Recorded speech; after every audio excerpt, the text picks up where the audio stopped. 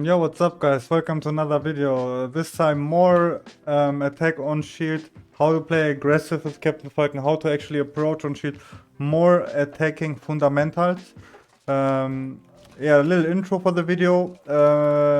YouTube keeps asking me if I want to monetize the channel, because once you reach over 1k subs, you can like monetize it and keep adding a bunch of ads so you can earn money or some cents, I guess. But yeah, I'm not gonna monetize it. Like, I'm not gonna do that. Like, I don't want ads in my videos. However, if you would still like to support the channel, the Falcon content, I will put a link in the description if you wanna support me on my therapy, my health therapy, because I have a lot of stomach issues, have to pay a bunch of bills. I would still really appreciate it. So yeah, approach on shield with Captain Falcon. This video is gonna be like, I have an how to break shields video on how to attack on shield, but this is gonna be a sort of extension, because I really think that there's a misconception, a misunderstanding with Captain Falcon's approaches on shield, and I really notice that in the coaching sessions whenever I coach people, or I even, you know, have sessions with Wizzy or whatever, whoever, and I just see that the whole database of Captain Falcon is like, everyone is just doing a jab or gentleman after approaching on shield, and I really want to give you or show you with this video that we actually have more options and that we can force more mix-up. So the classic example is obviously Nair on shield into gentleman, right? Yeah, obviously looks like this. Oops, not like this. Control looks like this, right? Approach on shield, gentleman or whatever. First of all, I'm gonna talk in ranges. Like, you have to know that your average Nair on shield is gonna be -4, -3 frames. The best Nair, the lowest one is -2, and then they're worse Nair, -4, -5. So if you're doing an average Nair, or let's say your Nair hits the shield a little bit above the middle, then it's gonna be a bad Nair, a -4 Nair. And these kind of bad Nairs, you will get shield grabbed already after the Nair. So you don't even have time for the gentleman. If we can even here. So if you play against a more experienced player, Falcon's gentleman, because everyone just gentlemans or jabs after approaching on shield with knee or jab, with knee on air, whatever. You can always shield grab Falcon's gentleman after jab 1. And not many people know about this, but it looks like this, right? There is not even time for the gentleman to come out. Most likely scenario is this: people will just wait out the gentleman and grab you here on the third hit or after the third hit. What is this example? And this is the more relevant example. This is what you will see in top play. Watch Wizzy versus Sheik, None, Salt, whatever. People will spam shield grab on command and hold down and spam shield grab. Like shield grab, and just hold down and spam shield grab. That way, they're playing the best option select. They're getting the shield grab anyway. They might grab you after jab 1, they might grab you after Nair, or they will grab you after the gentleman. So this is the best risk reward for them, to just spam shield grab and hold down, because then all these situations occur, right? They can get the grab here, they can get the grab here, they can get the grab here, or they will just grab you here. So now I wanna show you something, but let's do that versus Fox, because Fox also has a shine. So I mentioned average, so watch this. So if I'm in a nice distance like this, and I do a Nair on shield, it's like -3 frames, right? And it hits the shield at the middle-ish. If you wanna get the -2 one, you have to aim for a super low Nair. If you're a little bit higher, it's gonna be like -4 or -5, right? So with the average, the -3 one, we can actually, I will try to demonstrate. Let's see if I can get it. I can gentleman. This is why everyone does it. Every Falcon man does it. Every good Falcon man. We want to counter the gentleman, but if the Nair is not spaced, then I showed you will get punished there anyway. So what is important to know? It's important to know that you can almost never dash back, even with a good Nair, unless it's spaced. See, that was -2. That was a good one. And I cannot dash back even though I'm acting frame 1. So dash backing is not a good option. Against humans, it's more viable, because humans don't shield grab perfectly like that CPU. But only if it's spaced and low, then you might get the dash back out. But you see that I'm really struggling to execute it because Nair on shield just sucks, right?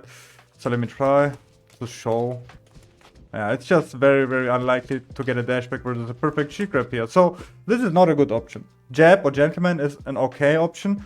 It is good when your opponent has 50%, 60%, but as I said, the experienced one will still punish you, or they will just grab you after jab. So a better option in my opinion is side B, and I'm gonna show you. I'll try to show you. So I'm in him, and the dash back is not good, the jab's not good, but side B is very good suddenly because it gives us one more option, and it even works with -3.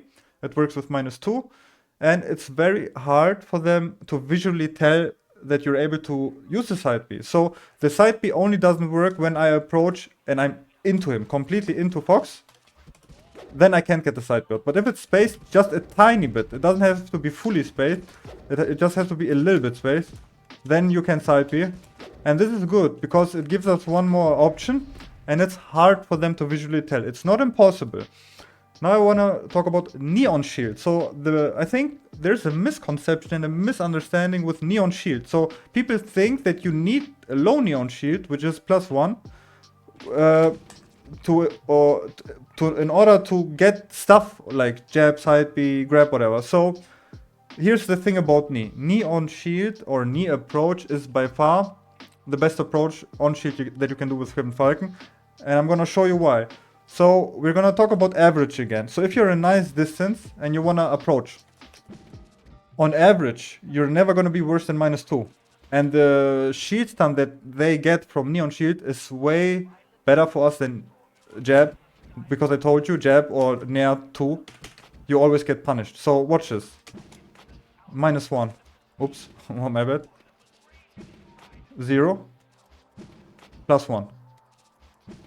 0. I'm just in a nice distance where I can approach Neon Shield plus for air cancel. -2 is the worst outcome. And even that is not bad, and I'm gonna show you. So you see that your average is gonna be like the range is +1, 0, -1, -2. This is your range. And I would say the average is like, I don't know, -1 or 0. You can see I'm not even focusing on aiming that. I just knee, shot of knee, boom.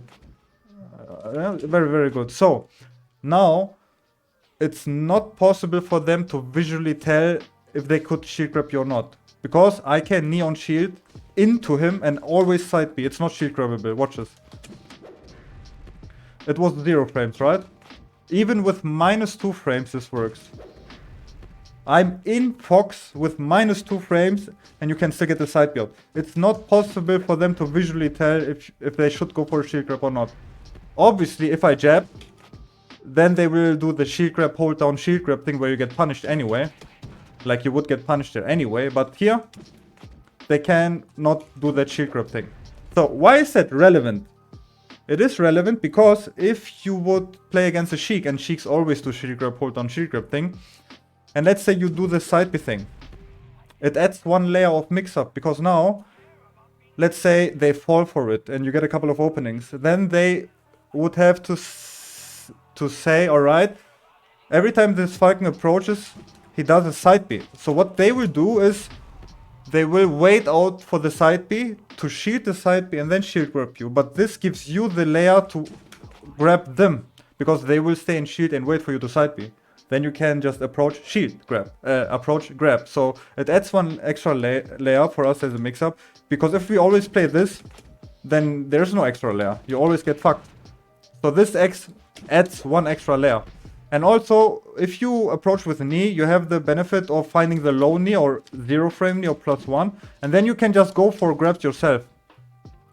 It's port dependent, unless you're like +1, then you can get the grab yourself. So, as I said, humans don't shield grab you perfectly. So, I've got many of these grabs versus people, versus very, very good top EU players. So it's very likely for you to get a grab if you find a nice Neon Shield. So Neon Shield is like by far the best compared to Nair, where you're... With Nair, we are almost always forced to jab. And that only works with a nice Nair, with a good execution. So yeah, try to add the side B at least here. And yeah, Nair just sucks. Honestly, Nair just If it's not spaced, if it's not low, have fun dealing with that. On knee, you don't have to worry about spacing. You don't have to worry about frames. You just know, hey, they cannot shield grip me. Also, some people like to roll, right? If you roll away, even here, the side B covers that, so it's even better here. Covers that. Very, very good. The next thing is, you might be wondering, what if the opponent does shine out of shield? So, if they shine out of shield, or if they have a very good shine out of shield, the CPU now has the perfect shine out of shield, right? Your neon shield is even worse, because now you have no chance anymore with neon shield. You get eaten up. You cannot jab, you cannot dash back, you can do nothing. See, even with -2 I cannot. You can try to shield, maybe. Yeah, you can try to shield. But as far as I know, no Falcon approaches and shields. So, yeah, this shield still a better option here than jab. Because everything that you do, jab, dash back, whatever, gets caught. You can obviously try to space it, nair, and then a Lord Stomp, and this is more realistic in-game stuff. So, wanna see something? Neon Shield beat Shine. Again. Again, you don't have to worry. If you just execute your fast fall air cancel, correctly, you just eat it. But as I said, you only have to worry about execution, right? You don't have to worry about frame stuff. Here, -1 frame. -2 frame. Look, I'm in him. I'm literally in Fox. Let me try to show you. This is OP. It's basically OP. You're in him, so it's the mind-blowing stuff about this is it's not visually possible for them to tell. And for you as the player, it's just important to know, alright, if I nair on shield and my opponent is a shield grabber, my options are option 1, option 2, option 3. I can do side B if I space it a little bit. I can gentleman, I can do this. That's why I think, alright, if I neon shield, if you get shield grabbed, it was your fault. It was not your opponent's fault. And you just as a player, if you wanna play aggressive, because yeah, I just realized with the coaching sessions, people always say, well, I really struggle to beat that player, then we analyze the games, and the sad truth about melee is, the better you become at the game gets campier and campier and campier. It is what it is, the game at the top level is very campy. People just like to dash dance in the corner, hold the C-stick down, ace the I down, and every time you as the Falcon approach, they can very easily shield on reaction, and then shield grab, hold down, shield grab. They can very easily hold down, CC down smash. They can very easily shield stop, shine out of shield. That's why you as a aggressive player, you just have to know your options, right? If you stomp, you should try to focus on crossing up the shield, which is good versus shield grab and obviously bad versus shine. But you just really have to know your options. You don't necessarily have to know about frame stuff. The frame stuff, it's just good to know the average, okay? My average nair is gonna be -3 or -4. If you do the high nairs, you always lose. If you do the, like against shield grab at least, right? Against shine, you're fucked anyway. So here, my average nair is gonna be in a range from -2 to -4. So you have to really focus on finding the low area or the mid area in order for you to give you an option to find the jab or the side B. The problem is now my opponent is standing still, so it's very easy for me to aim and space. What do you do if your opponent dash dances? Well, it's very hard to space because he will do shield stop. And you don't know if he will do the shield stop here, if he will do the shield stop there, if we will do it there. There's too many spacings. So it's very hard to like space stuff. Obviously now, it's very easy to space stuff. Here, can very easily space my backer and then do this. Because he's standing still. So this is okay when your opponent is cornered or stuff. Here, very easy to space stuff on standing opponent. But let's say both players are dash dancing and he's shield stopping. You just really want to use the knee. Because with the knee you just have to worry about your execution. Not about spacing, about hitting the shield. Here, you have to always worry about where you're hitting the shield. High nair, low nair, mid nair, and yeah. It's just very relevant. I hope this was a little fundamentals course for you, a little crash course. You should really be able now to know what you should be doing, how to add an extra layer. As I said, empty land tomahawk. Oh, yeah. It's not resetting. Because we tomahawked him? Empty lane. Tomahawk is your best mix-up. Approach on shield jab, gentleman. And whatever, right? Knee, side B, yeah. Force that extra layer and then you can really start to tomahawk grab, approach on shield, and grab them yourself because they will stay in shield longer. That's it for the video, guys. I really hope you have a nice day. Enjoy your day, take care, and have a good one as always. I'm out. Bye, guys.